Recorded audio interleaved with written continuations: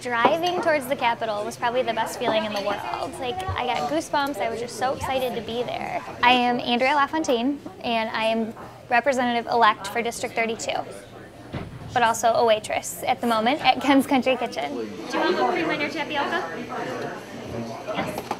Right back with those. Here you go. I ran on my basic conservative values, being pro-life, pro-gun, that, and I also, the idea of creating a business-friendly environment for Michigan to bring jobs back here in small businesses, because small businesses are job creators, and we really need to open our doors and bring businesses back. What do you intend, what would you like to accomplish? What I'd like to accomplish, creating a business-friendly environment for Michigan, because I'm tired of my friends and family having to leave the state to find work.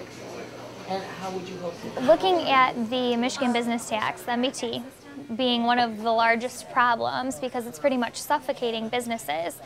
It took the place of the SBT, and the idea behind it was it would be easier to comply with, better to understand, but I think it was more complicated. You talk to any business owners and they'll tell you that it's very complicated to understand and to work with.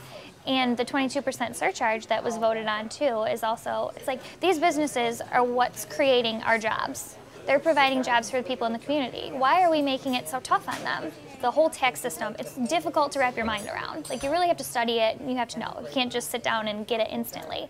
And someone had advised me to sit down with a CPA because they know the tax system best. So I sat down with one, and she had told me that she was telling some of her clients towards the end of the year to slow production, or they're going to have to pay a lot more in taxes. What kind of state are we living in where we're telling these people to slow down, not do your best, put a halt on it, otherwise you're kind of going to be punished for it? So that was like a red flag. I was like, that's not right. That's the wrong mentality to have. Orientation was a little overwhelming. Like drinking from a fire hose is what we told it would be like, and it pretty much was. We got stacks of stuff to take home and read and look over, and probably the most depressing thing we talked about while we were up there was the budget. We had a fiscal analyst come in and explain it to us, and they told us it wasn't like, welcome to Lansing, you're here, yay. It was more like, welcome to Lansing, you're now part of the problem. It's up to you to fix it.